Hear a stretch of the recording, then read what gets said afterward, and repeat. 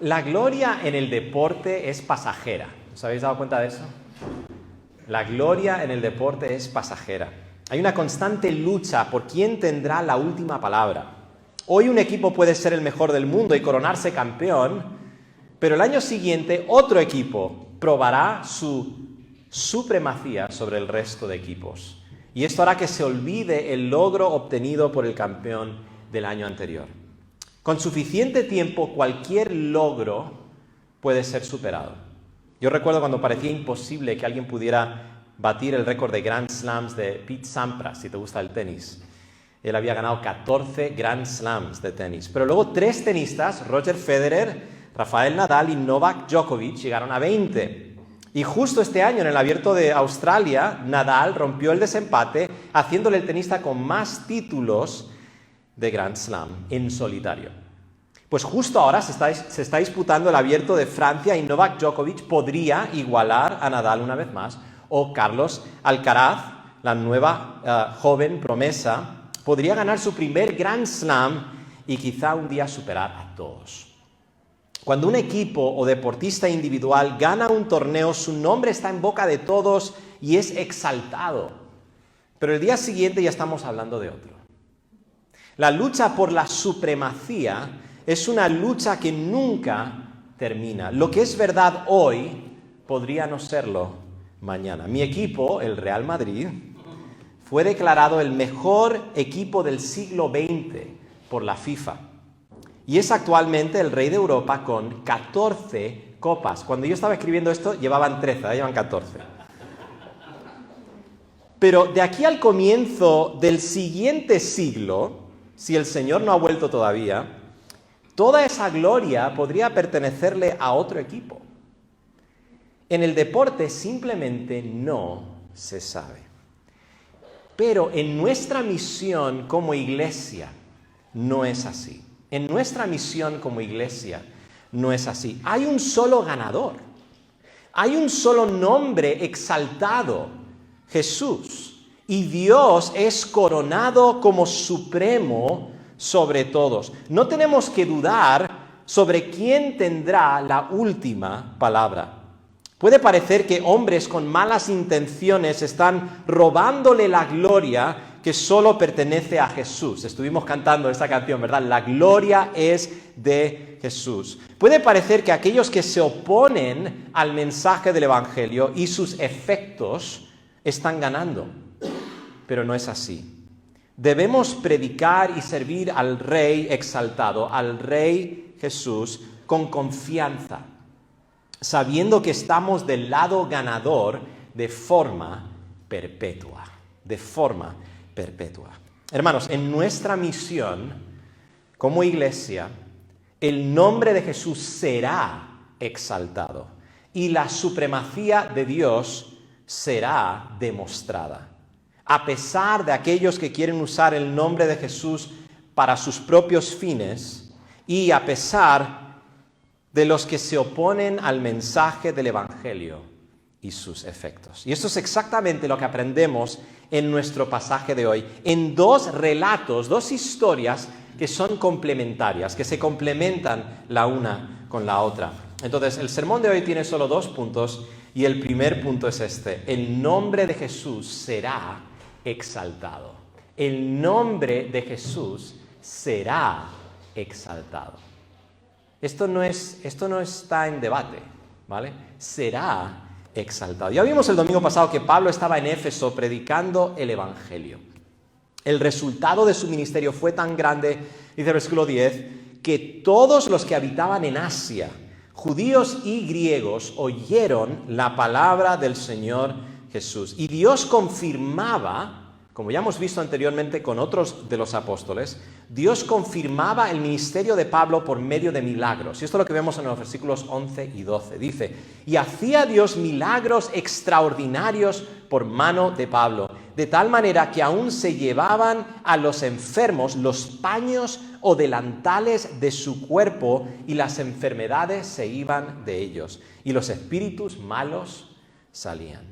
Me encanta cómo Lucas describe estos milagros. Él no dice, y Pablo hacía milagros extraordinarios. Él dice, y hacía Dios Milagros extraordinarios por mano de Pablo. Esto nos hace entender que era abundantemente claro quién era la causa principal de estos milagros.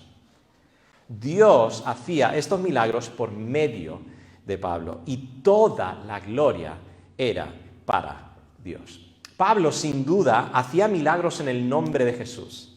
¿Os acordáis, no, de Pedro ahí en el templo, cuando está entrando al templo y hay este paralítico o este cojo de nacimiento y él le dice, en el nombre de Jesús, levántate y anda? Sin duda, Pablo hacía milagros en el nombre de Jesús. En otras palabras, no por su poder o autoridad, sino por el poder y autoridad de Jesús. Y eso significa que las personas que eran sanadas y liberadas de espíritus malos, al entrar en contacto con los paños o los delantales del cuerpo de Pablo, como describen estos versículos, eran sanadas y liberadas por el poder de Dios en el nombre de Jesús. Y esto era abundantemente claro.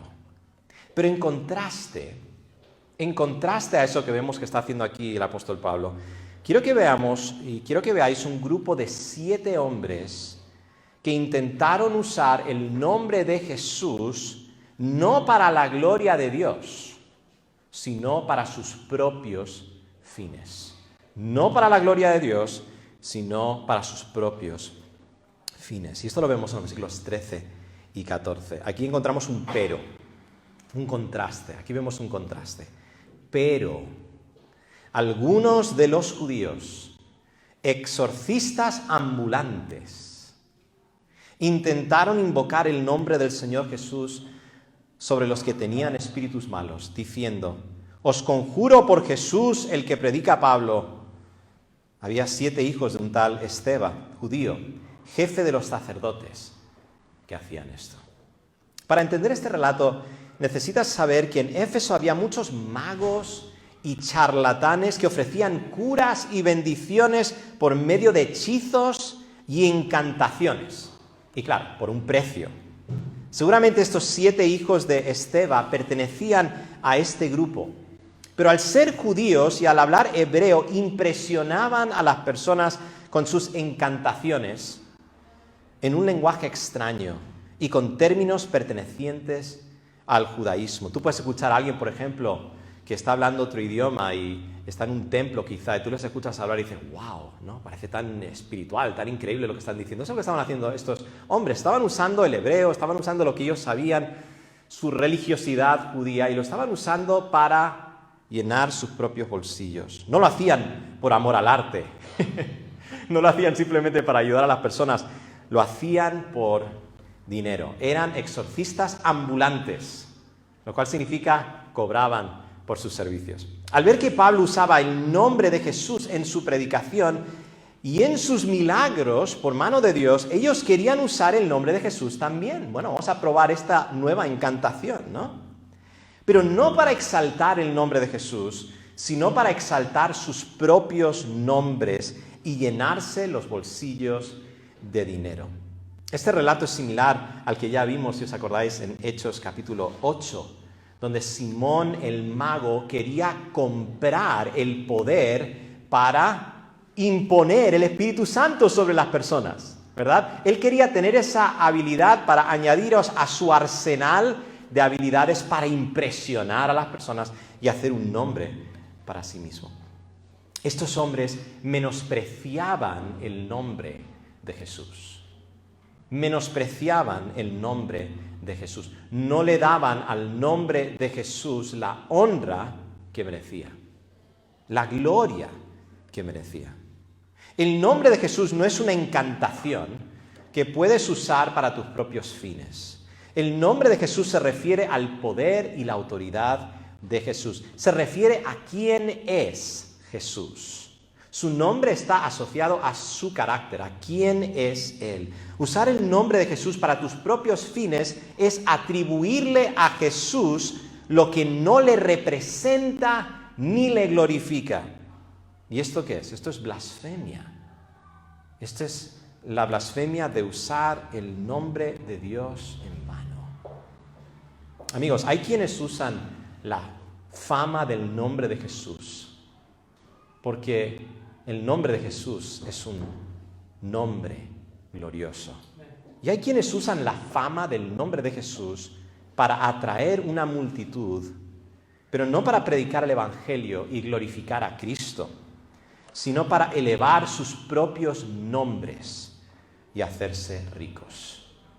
Tienen apariencia de piedad, usan terminología bíblica, pero no representan a Cristo. Pablo advirtió a los filipenses de personas así en Filipenses capítulo 3, versículo 18 al 19. Él dijo, porque por ahí andan muchos, de los cuales os dije muchas veces, y aún ahora lo digo llorando. Mira la seriedad con la que Pablo está diciendo esto a estos creyentes, que son enemigos de la cruz de Cristo, el fin de los cuales será perdición, cuyo Dios es el vientre, ¿verdad? Quieren alimentarse ellos mismos, todo para ellos, y cuya gloria es su vergüenza, que solo piensan en lo terrenal,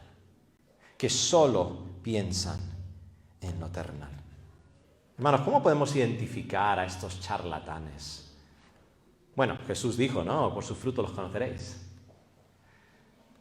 Pero podemos también identificar a estos charlatanes porque usan el nombre de Jesús, pero no tienen un conocimiento real de Jesús y por lo tanto tuercen la verdad de Dios.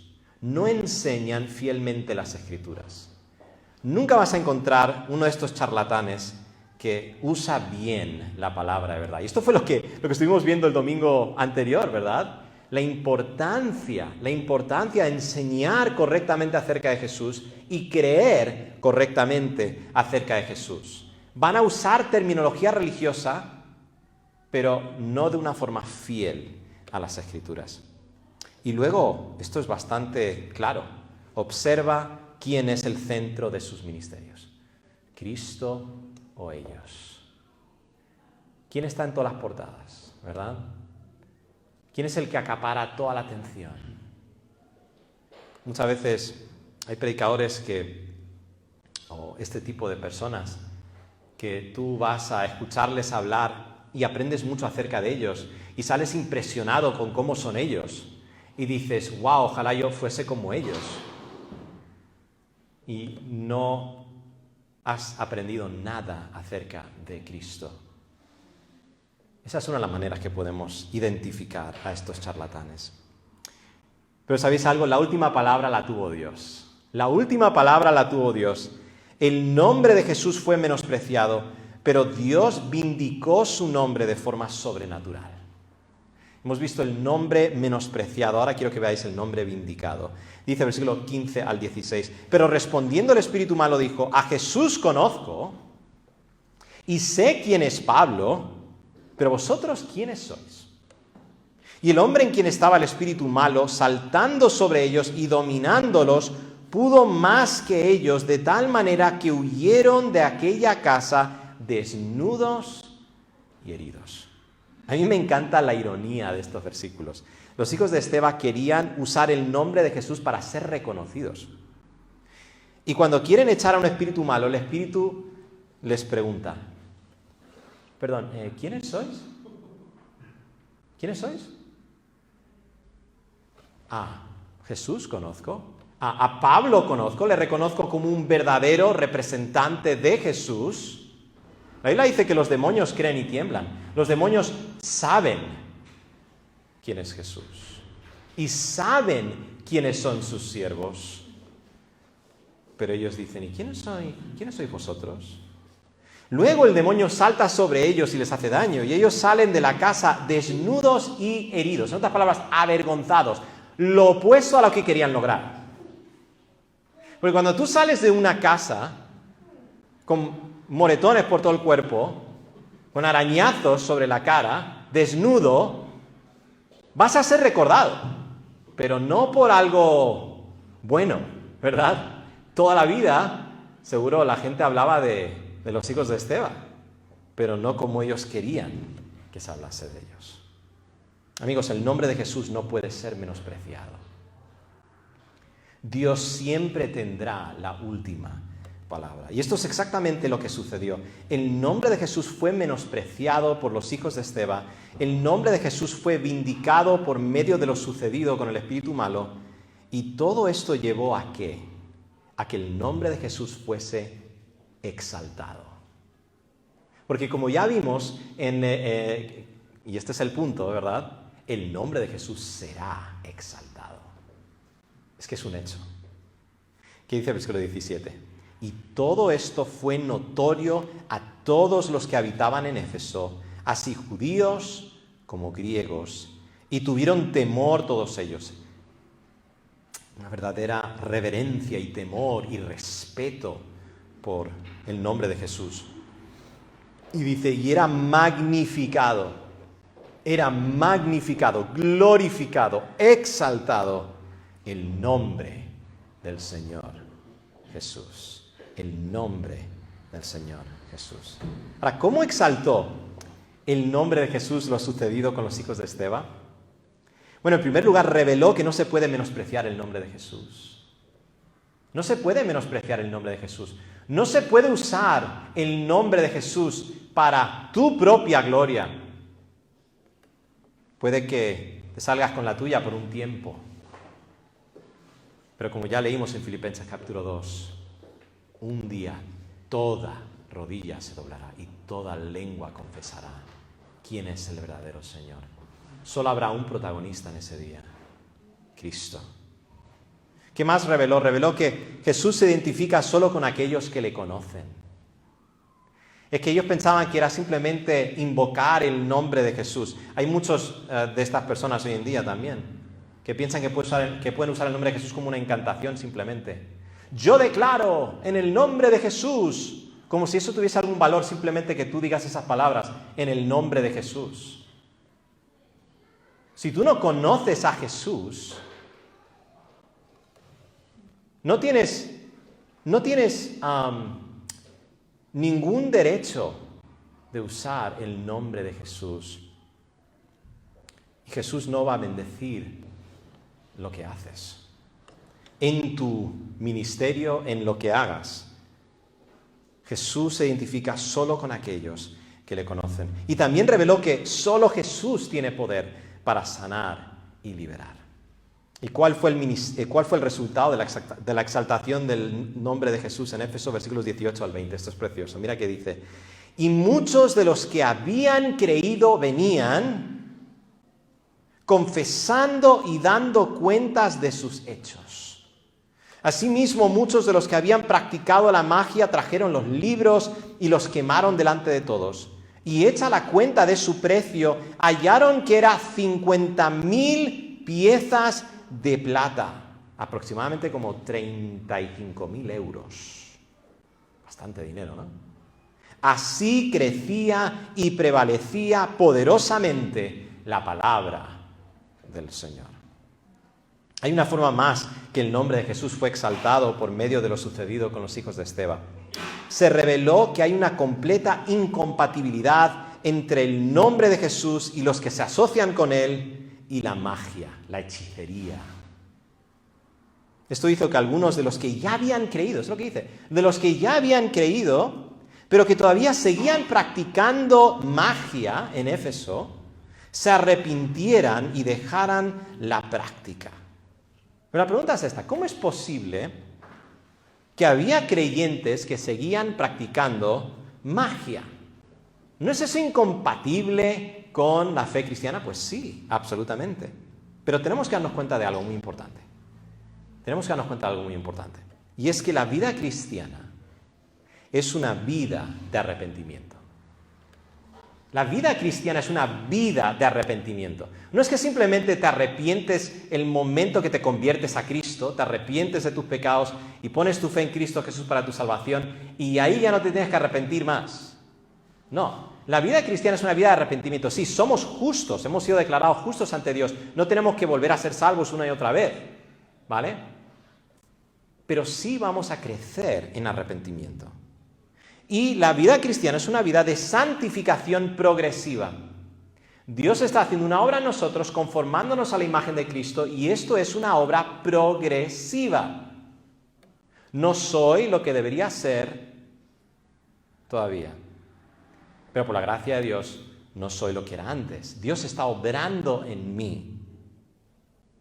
Entonces, cuando creemos el Evangelio por fe, no somos conscientes de la magnitud de nuestro pecado, realmente. Esto lo vamos aprendiendo conforme vamos aprendiendo más de Dios y aprendiendo más acerca de nosotros mismos. Ni siquiera somos conscientes que ciertas formas de pensar, deseos y acciones nuestras son pecaminosas. Pero Dios, por su Espíritu, va convenciéndonos cada vez más de nuestro pecado. Y nosotros vamos creciendo en arrepentimiento por gracia. Y una de las maneras que Dios hace eso, por supuesto, es por medio de nuestros hermanos, ¿verdad? Por medio de la exhortación de nuestros hermanos. Porque los llaman ángulos muertos por algo, ¿no? Cuando estás haciendo el examen de conducir, te dicen que tienes que tener cuidado con los ángulos muertos, ¿no? Porque puedes tener un coche ahí que no se ve en el espejo, porque está justo en el ángulo muerto. Bueno, los llaman ángulos muertos porque literalmente tú no los puedes ver. Y tenemos ángulos muertos en nuestras propias vidas. Y necesitamos que otros hermanos en Cristo nos ayuden a ver lo que no podemos ver nosotros. Pero ¿qué hace el verdadero creyente cuando se da cuenta que algo que está haciendo es pecado y no debe hacerlo? Se arrepiente. Y Dios usó toda esta experiencia, todo lo que sucedió con los hijos de Esteban, para que ellos se diesen cuenta que Jesús no era glorificado en este tipo de acciones, en la hechicería, en la magia. Y ellos se arrepintieron de eso. Y el nombre de Cristo fue glorificado en sus vidas. No solo reconocieron estos creyentes su pecado, sino que también estuvieron dispuestos a perder mucho dinero por amor a Cristo. Y esto sí que exalta a Cristo. Esto sí que glorifica a Cristo. Mucho dinero. Ya os he dicho, 35.000 euros aproximadamente. Muchísimo, muchísimo dinero. Ellos tenían estos libros, y en ese tiempo eran papiros, ¿vale? Y estaban llenos de encantaciones. Y las personas pagaban mucho dinero para poder obtener estos libros, para poder tener las palabras correctas, para poder hacer milagros y hacer diferentes cosas. Pero ellos estuvieron dispuestos a perder todo eso por amor a Cristo. Esto me hace recordar lo que dijo Pablo en Filipenses 3, versículos 7 al 8. Pero ¿cuántas cosas eran para mi ganancia? ¿Cuántas cosas eran para mi ganancia? Las he estimado como pérdida por amor de Cristo. Y ciertamente aún estimo todas las cosas como pérdida por la excelencia del conocimiento de Cristo Jesús, mi Señor, por amor del cual lo he perdido todo y lo tengo por basura para ganar a Cristo. Amigos, lo que tenemos en el Evangelio es mejor que todo el oro en el mundo. Lo que tenemos en el Evangelio es perdón de pecados. Tenemos el don del Espíritu Santo, como vimos el domingo pasado. Pero para mí lo más glorioso es que tenemos vida eterna con Dios. Lo que hemos recuperado por medio del Evangelio es a Dios mismo, que habíamos perdido con la caída por causa del pecado. Hemos recuperado el mejor tesoro de todos. Nada se compara a lo que tenemos en Cristo Jesús. Nada se compara a los beneficios que son parte y están asociados al reino de Dios. No hay tesoro mayor. Por ejemplo, Mateo capítulo 13, hablando del reino de Dios, versículo 44 al 46, Jesús dijo: además, el reino de los cielos es semejante a un tesoro escondido en un campo, el cual un hombre halla y lo esconde de nuevo, y gozoso por ello va y vende todo lo que tiene y compra aquel campo. ¿Por qué? Porque ha encontrado un tesoro mayor. Ha encontrado un tesoro mayor.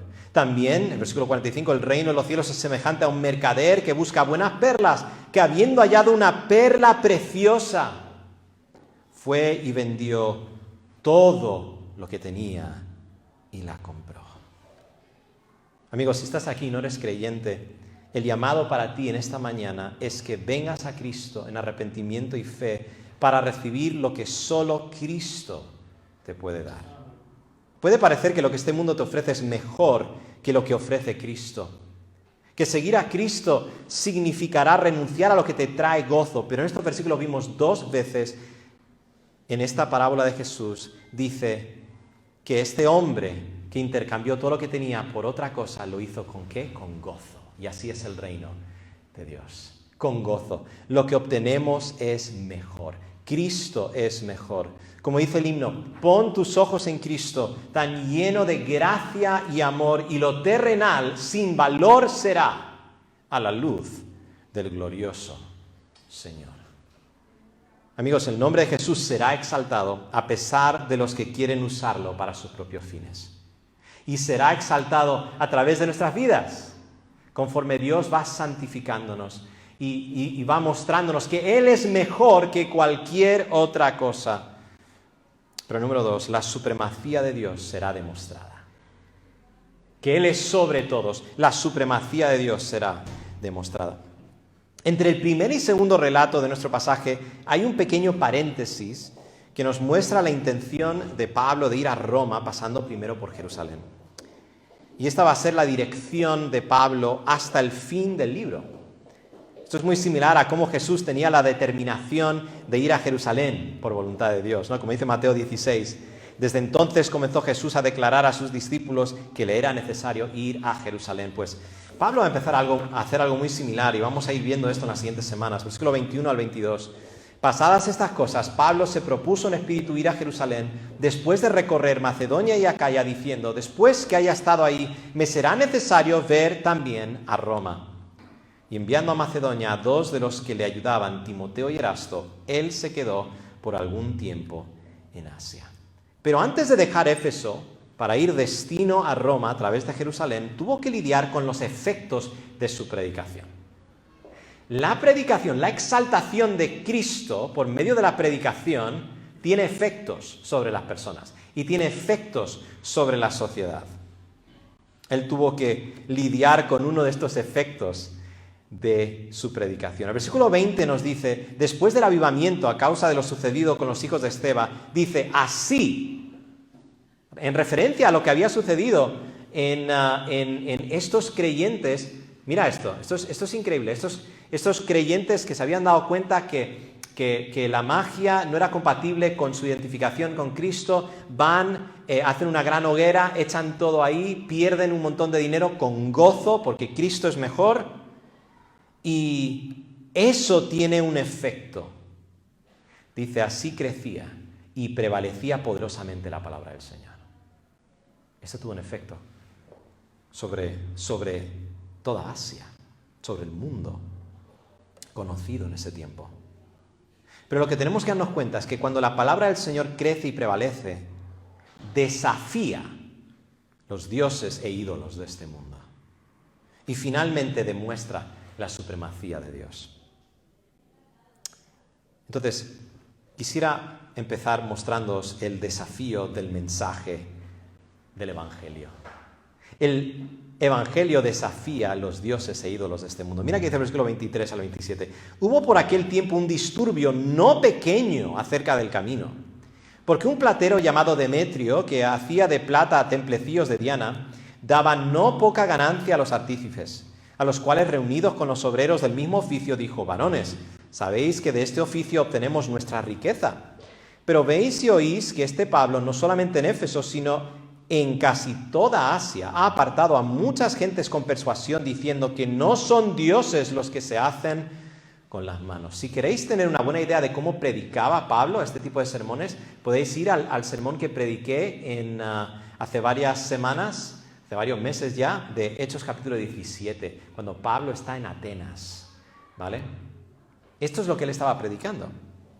Y no solamente hay peligro de que nuestro negocio venga a desacreditarse, sino también que el templo de la gran diosa Diana sea estimada en nada.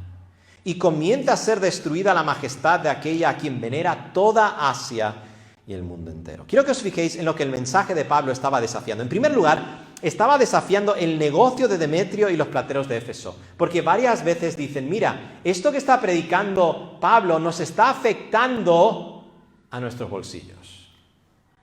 Ahora, quiero que entendáis una cosa, el desafío más grande para ellos no era lo que estaba predicando Pablo acerca de la diosa Diana, sino en cómo les estaba afectando sus bolsillos. Ese era el desafío principal para ellos. Porque personas estaban empezando a darse cuenta que estos ídolos hechos con manos no eran Dios y que hay un solo Dios. Y se estaban convirtiendo a Cristo y eso estaba afectando su dinero. Pero bueno, el otro desafío, por supuesto, es que este mensaje de Pablo desafiaba la gloria y majestad de la diosa Diana. Amigos, el Evangelio desafía a los dioses e ídolos de este mundo. Un ídolo es cualquier cosa o persona que toma el lugar de Dios en nuestras vidas. Cualquier cosa o persona que toma el lugar de Dios en nuestras vidas. Y la razón es porque el cristianismo no se presenta como una creencia entre muchas. Este es el problema persistente del cristianismo. El cristianismo nunca se presenta como, bueno, esta es una creencia entre otras. Tú tienes tus creencias, yo tengo mis creencias y todos podemos estar juntos y coexistir sin ningún problema y estamos felices. No, el cristianismo se presenta como la verdad absoluta. Se presenta como el camino. ¿Cómo llamaban al movimiento cristiano? Lo llamaban el camino. ¿Qué te dice eso acerca de lo que afirmaban los creyentes? Este es el camino. No como esa serie, ¿verdad?, popular de Disney. No, este es el verdadero camino, ¿verdad? Jesús dijo, yo soy el camino y la verdad y la vida. Nadie viene al Padre sino por mí. No deja indiferente a nadie. El verdadero cristianismo no deja indiferente a nadie, porque demanda un veredicto de quienes se enfrentan a él. El cristianismo presenta a Dios como el único verdadero Dios y a Cristo como Rey y Señor sobre todos. Y esto choca con los dioses e ídolos de este siglo. Pero en ese choque entre el Dios verdadero y los dioses de este mundo, solo puede salir un ganador. Y ese es Dios, siempre, siempre. Y ya vemos la supremacía de Dios desde el inicio de este relato. Primero, Dios es tan grande que Él es mejor que todo el dinero del mundo. El relato anterior nos demuestra esto. Vemos a estos creyentes que con gozo pierden un montón de dinero porque Cristo es mejor, ¿verdad? Pero en el caso de los plateros de Éfeso, su amor y veneración por la diosa Diana era secundario a su amor por el dinero. En otras palabras, el dinero era más importante que esta diosa que tanto veneraban. Segundo, ellos tenían un temor que la majestad de Diana podría ser destruida y por eso ellos tenían que hacer todo en su poder para silenciar a Pablo y su mensaje. Pero esto demostraba lo que Pablo estaba enseñando, que no son dioses los que se hacen con las manos. El Dios vivo y verdadero no nos necesita a nosotros para ser Dios. O sea, Él es Dios con o sin nosotros. Y nada ni nadie puede destruir su gloria y majestad. ¿Te imaginas a un cristiano diciendo, tengo miedo que Dios pueda perder su majestad y su gloria? No se nos ocurre decir eso, porque Dios lleva mucho tiempo cuidándose a sí mismo. Y lo lleva haciendo muy bien, la verdad. Nadie va a pisotear la gloria de Dios. Nadie puede robarle gloria y majestad a Dios. El Evangelio desafía los dioses e ídolos de este mundo. Y esto lo vemos en especial en la respuesta de los plateros al desafío del mensaje de Pablo. Entonces, hemos visto el desafío, quiero que veáis la respuesta. ¿Cómo respondieron? Aquí tienes a Demetrio, él reúne a todos los plateros y él les dice, mira, vamos a perder dinero y también nuestra diosa ya va a perder prestigio, demostrando que no es realmente un Dios. No es Dios. ¿Cómo respondieron? Versículo 28 al 38. Cuando oyeron estas cosas se llenaron de ira y gritaron diciendo, grande es Diana de los Efesios. y la ciudad se llenó de confusión y aún se lanzaron al teatro, arrebatando a Gaia y a Aristarco, macedonios, compañeros de Pablo. Seguro porque no podían encontrar a Pablo, cogieron a los que eran sus compañeros, porque no sabían dónde estaba Pablo en esta oportunidad. Entonces ellos estuvieron ahí en representación de Pablo, lo iban a condenar a ellos como si estuvieran condenando a Pablo. Y queriendo Pablo salir al pueblo, los discípulos no le dejaron, porque seguramente le iban a matar, ¿verdad? También algunas de las autoridades de Asia, que eran sus amigos, le enviaron recado, rogándole que no se presentase en el teatro. Unos pues gritaban una cosa y otros otra, porque la concurrencia estaba confusa y los más no sabían por qué se habían reunido. Esto pasa siempre. Cuando hay un alboroto, cuando hay una manifestación, ¿no? Hay un grupito de 10 personas que saben por qué están ahí, el resto de las personas simplemente están gritando, porque a la gente le gusta un buen alboroto, ¿verdad? Y sacaron de entre la multitud a Alejandro, empujándole los judíos. Lo siento, pero esa escena me causa mucha gracia, porque yo creo, estoy de acuerdo con la mayoría de los comentarios, que este era un representante del sector de los judíos, no del cristianismo. Y seguramente querían distinguir a los judíos de los cristianos. Y seguramente, pues, Alejandro, el pobre, lo ofrecieron voluntario para ser el portavoz, y lo empujaron, como quien dice, defiéndenos.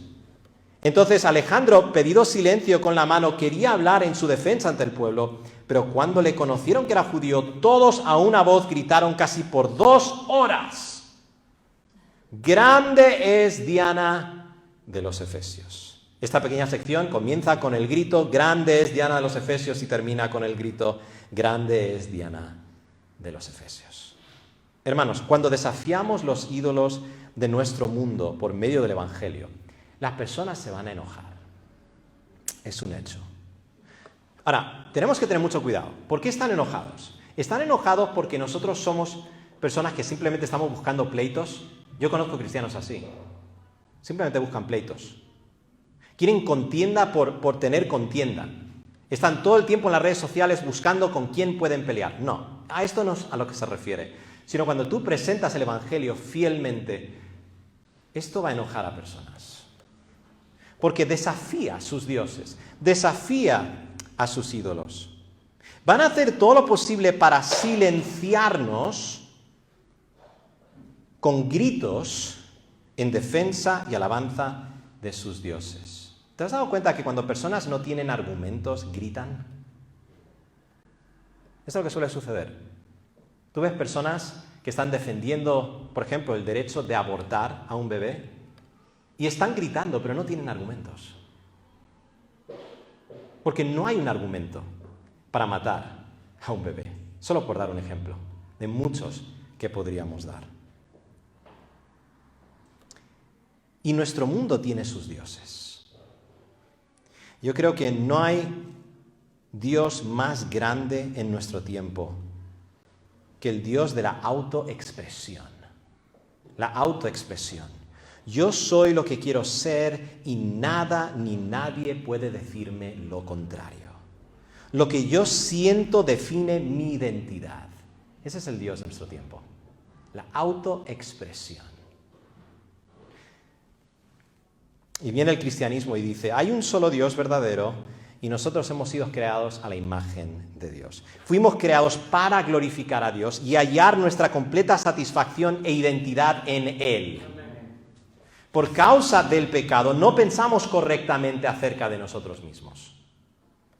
Es más, lo que pensamos acerca de nosotros mismos es en completa oposición a lo que Dios dice. Necesitamos arrepentirnos de nuestra forma de pensar acerca de nosotros mismos y necesitamos creer en Cristo para nuestra salvación. Esas son las maneras que el cristianismo, el Evangelio, está desafiando a los ídolos de nuestro tiempo. Pero hermanos, no tengamos temor, porque Dios es supremo sobre todos los dioses y Él será glorificado. El mensaje de Pablo desafió el negocio de los plateros en Éfeso y a la diosa Diana. Los plateros y la multitud respondieron con enojo, gritos y violencia, pero Dios libró a los creyentes de una forma inesperada, demostrando así su supremacía. Quiero terminar con esto, versículos 35 al 41.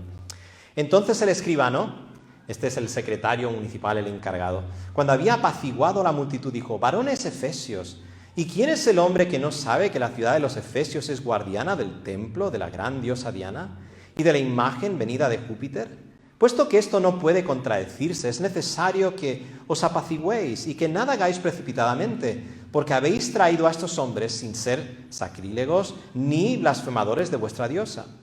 Que si Demetrio y los artífices que están con él tienen pleito contra alguno, audiencias se conceden y procónsules hay. Acúsense los unos a los otros, y si demandáis alguna otra cosa, en legítima asamblea se puede decidir, porque peligro hay de que seamos acusados de sedición por esto de hoy, no habiendo ninguna causa por la cual podamos dar razón de este concurso. Y habiendo dicho esto, despidió la asamblea. Ahora, es curioso porque esta es una de varias narrativas que encontramos en el libro de Hechos, donde algún líder, algún gobernador exculpa a los creyentes. Esto no es casualidad, yo creo que esto por inspiración divina, y también Lucas tuvo la intención de mostrar, esto era una especie de defensa del cristianismo, una apologética del cristianismo, que los cristianos, aunque tenían un mensaje que desafiaba, eso sí, a los dioses y a los ídolos de este mundo, no eran conocidos por ser rompedores de la ley. En otras palabras, no eran alborotadores. ¿Os acordáis de ese sermón que prediqué también de Hechos capítulo 17, que llevaba por título La iglesia alborotadora? ¿Vale? Y dijimos, ¿la iglesia es alborotadora? Sí y no. ¿Vale? Dijimos no, en el sentido de que la iglesia no se caracteriza, no es conocida por romper la ley por romper la ley. Es decir, no estamos queriendo simplemente causar caos en este mundo. No, eso no es lo que caracteriza a la iglesia. Pero al mismo tiempo, sí somos alborotadores. ¿Por qué? Porque alborotar es invertir el orden establecido. Y el mundo ya está patas arriba. Entonces, cuando nosotros alborotamos algo que está patas arriba, lo estamos restaurando a como debería ser. Eso sí hace la iglesia, por medio de la predicación del Evangelio. Pero esta defensa demuestra que el cristianismo tenía argumentos. Los detractores del cristianismo lo que tenían era enojo. Tenían gritería, ¿verdad? Esto es un precioso contraste entre lo que estaban haciendo Demetrio y los plateros, gritando, causando un alboroto, y lo que estaba haciendo la iglesia. ¿Verdad? Haciendo las cosas decentemente y con orden. Y creo que eso es lo que debería caracterizar a la iglesia aún hoy. Pero no solo nos muestra eso, también nos muestra que, aunque no lo dice de forma explícita aquí, aunque sí en el pasaje anterior, cuando Pablo es librado en Corinto, ¿vale? Vemos que es Dios quien está obrando detrás de la escena aquí, sin duda alguna, sin duda alguna. Sabemos que Dios no siempre en la historia de la iglesia ha librado a todos los creyentes cada vez que han sido perseguidos. Lo sabemos, es un hecho. Pero cada vez que vemos un pasaje así, vemos una historia donde Dios usa algún líder humano, alguna ley, algún gobierno, para que los cristianos sean librados, tenemos que darnos cuenta de algo. Esto es simplemente una pequeña ilustración, una pequeña muestra de anticipado de lo que Dios va a hacer definitivamente en el final de todos los tiempos. Él va a vindicar el nombre de su pueblo. Y Él va a someter a todos los reyes de la tierra a su poder. Y en ese día, como ya leímos en Filipenses capítulo 2, toda rodilla se doblará y toda lengua confesará que Jesucristo es Señor, para gloria de Dios Padre. No es, bueno, ojalá suceda. No, esto va a suceder. Y en el presente vemos señales, vemos indicios. Desde el inicio de la proclamación del Evangelio que vemos en el libro de Hechos hasta nuestro tiempo, Dios sigue obrando. Y muchas veces Dios también, por medio de líderes, incluso por medio de gobiernos humanos, ha dado ciertas libertades a la iglesia. Damos gracias a Dios por eso, pero sabemos quién está detrás de todo ello. El que realmente tiene todo imperio, el que realmente es sobre todos. Dios. Una cosa que me fascina de esta historia es que Están aquí los plateros, están gritando, hay un alboroto. Grande es Diana, diosa de los efesios. Tengo una pregunta.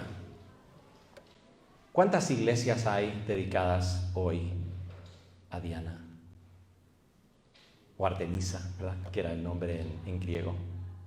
¿Cuántos discípulos y seguidores hay de ella hoy? ¿Cuántos peregrinajes se hacen para venerarla a ella? Pues ¿sabe lo que pasó? Se perdió su gloria, se perdió su majestad. Pero ¿sabe lo que ha sucedido desde entonces hasta ahora? Que el Evangelio ha llegado hasta el último de la tierra. Y hay cada vez más iglesias y más discípulos de Cristo. Y esto va a seguir así hasta el fin de los tiempos. Entonces, esto es lo que tenemos que aprender, ¿verdad? Esto es lo que tenemos que darnos cuenta. En nuestra misión, el nombre de Jesús será exaltado. Será exaltado. Y la supremacía de Dios demostrada. A pesar de aquellos que quieren usar el nombre de Jesús para sus propios fines. Y hay muchos de ellos, ¿verdad? Que quieren la gloria para ellos. No, Él será exaltado. Y a pesar de los que se oponen al mensaje del Evangelio y sus efectos. Así que, hermanos, no dejemos de predicar. No dejemos de predicar. No tengamos miedo de desafiar por medio de la predicación del Evangelio, con orden, decentemente, a los dioses y a los ídolos de nuestro mundo. No tengamos temor. Si hay una cosa que tenemos que haber aprendido ya del libro de Hechos, es que la iglesia es triunfante. Es triunfante, ¿verdad? Como dijimos al inicio, no es que, como en el deporte, un día el equipo o el individuo es rey y el día siguiente hay otro. No. Nunca va a haber un cambio de turno con Dios. Nunca la estadística será batida. Dios siempre será supremo sobre todos. Vamos a orar. Señor y Padre Celestial, gracias, Señor, por tu palabra, que es fiel. Yo te pido que llenes nuestros corazones de confianza y valor, que nos demos cuenta que tú estás obrando en este mundo. Tú estás obrando incluso por medio de leyes, por medio de líderes que ni siquiera te conocen. Tú estás llevando a cabo tu voluntad por medio de todo ello. Ayúdanos a seguir predicando, exaltando tu nombre y por medio de nuestras vidas mostrándole al mundo que tú eres mejor que todo. Tú eres mejor que el dinero, tú eres mejor que cualquier cosa que este mundo pueda ofrecer. Que si perdemos todo y te tenemos a ti, pues tenemos absolutamente todo y más de lo que podríamos imaginar. Usa tu palabra y si hay alguien aquí que no te conoce como Señor y Salvador, te pido que vengan a ti en arrepentimiento y fe, dejando sus ídolos, dejando sus dioses, dejando el dinero, sea lo que sea, y que te sigan a ti, poniendo su fe en Cristo para su salvación. Porque todo te lo pido en el nombre de Jesús.